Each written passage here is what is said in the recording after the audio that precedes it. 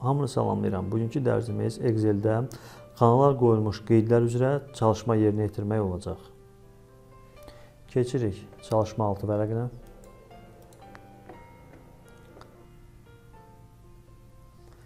Bu qeydin görüntü sahəsindən itməsini təmin edək. Script примечание. Çalışmanın şərti ilə tanış olaq. H2 xanasına bu qeydi yazın. Administratorun icazəsinə əsasən 2 gün. Mətni kopyalayırıq. Ctrl+C. Keçirik H2 xanasına. Üzərində mouse'un sağ düyməsini sıxıb açılmış siyahıdan izminiz примечание seçirik. Ctrl+V düymələrini sıxırıq. Mouse'un sol düyməsini vərəqin istənilən xanasının üzərində sıxırıq. Daha sonra keçirik növbəti sətrə. D3 xanasına artıq işlənmiş saatlar qeydini qoyun. Artıq işlənmiş saatlar sözünü kopyalayırıq. Ctrl+C. Keçirik D3 xanasına. Xananın üzərində mouse'un sağ düyməsi. Вставить примечание seçilir və yaxud daha asan üsulla Shift F2 açılmış sahədə Ctrl+V mouse'un sol düyməsini vərəqin istənilən xanasının üzərində sıxıb redaktorun başa çatdırırıq və görürük ki, qeyd görüntü sahəsindən itmədi. Bunun səbəbi odur ki, keçirik Retsenzирование menyusuna. Bu vərəq üçün Показать все примечания komandası əmri seçilib.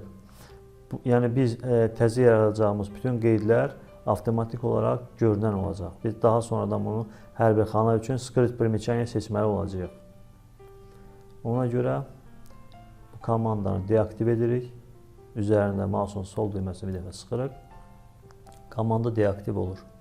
Keçirik növbəti sətrə. H2 xanasındakı qeyddə 2 günü 3 günə dəyişin. Gün sayının şriftini qalın edin. Mətnin rəngini göy rəngə boyayın.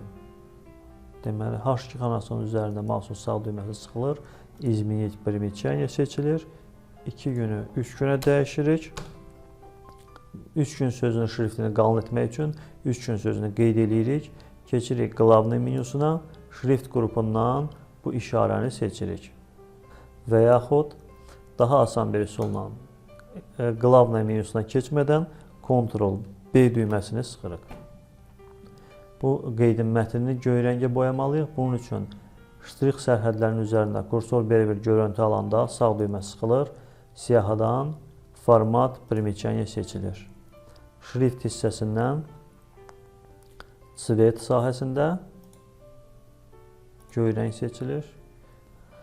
Növbəti sətrə keçirik. G2 xanasındakı qeydin görünməsini təmin edin. Bizdə G2 xanasında qeyd olmadığına görə gəlin G2 xanasında qeyd qoyaq. Qeyd edirik. G2 xanasını Shift F2 düyməsini sıxırıq. Shift F2 düyməsini sıxdıqdan sonra Retsenzирование menyusundan Показать или скрыть примечание seçirik və yaxud həmin bu xananın üzərində sağ düymə, mouse'un sağ düyməsi sıxılır. Показать или скрыть примечание sətri seçilir.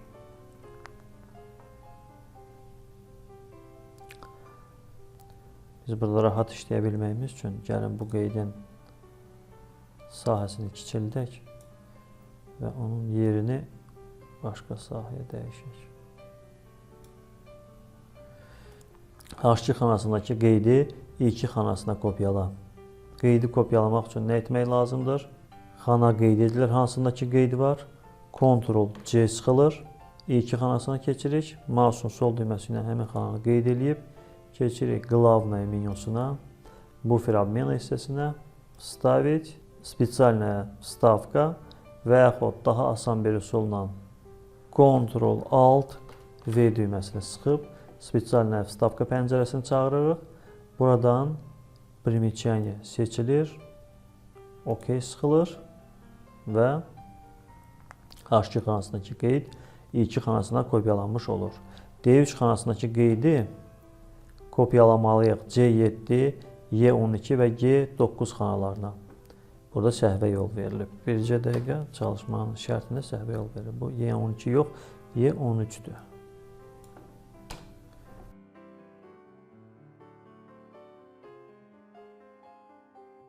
Y13, G9 düzdür. D3 xanasındakı qeydi C7, Y13 və G9 xanalarından kopyalamalıyıq. D3 xanasını qeyd edirik. Mouse'un sol düyməsi ilə Ctrl+C sıxılır. C7 xanası qeyd edilir. Mouse'un sol düyməsi ilə Ctrl düyməsi sıxılır. Buraxılmadan Y13 sol düyməsi ilə qeyd edirik. Daha sonra G9 xanasını mouse'un sol düyməsi ilə qeyd edirik.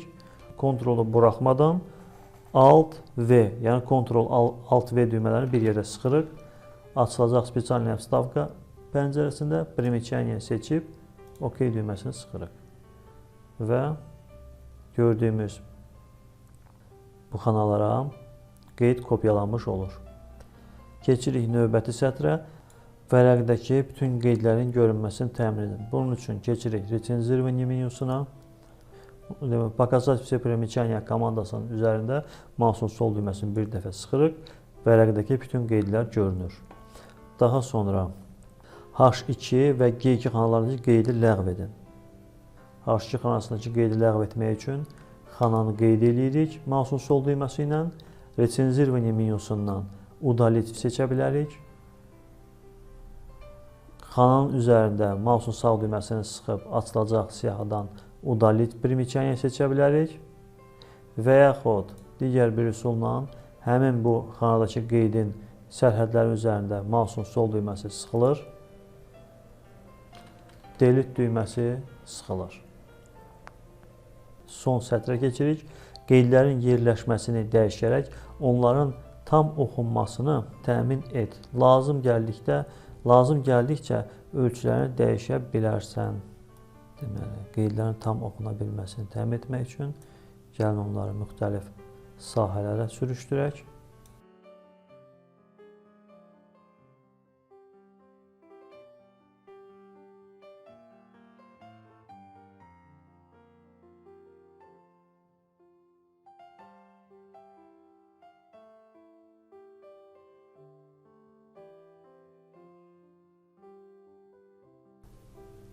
Bu dərsdə istifadə etdiyimiz Excel vərəqini videonun aşağısında, opisiya hissəsində linkini yerləşdirəcəm, oradan yükləyə bilərsiniz.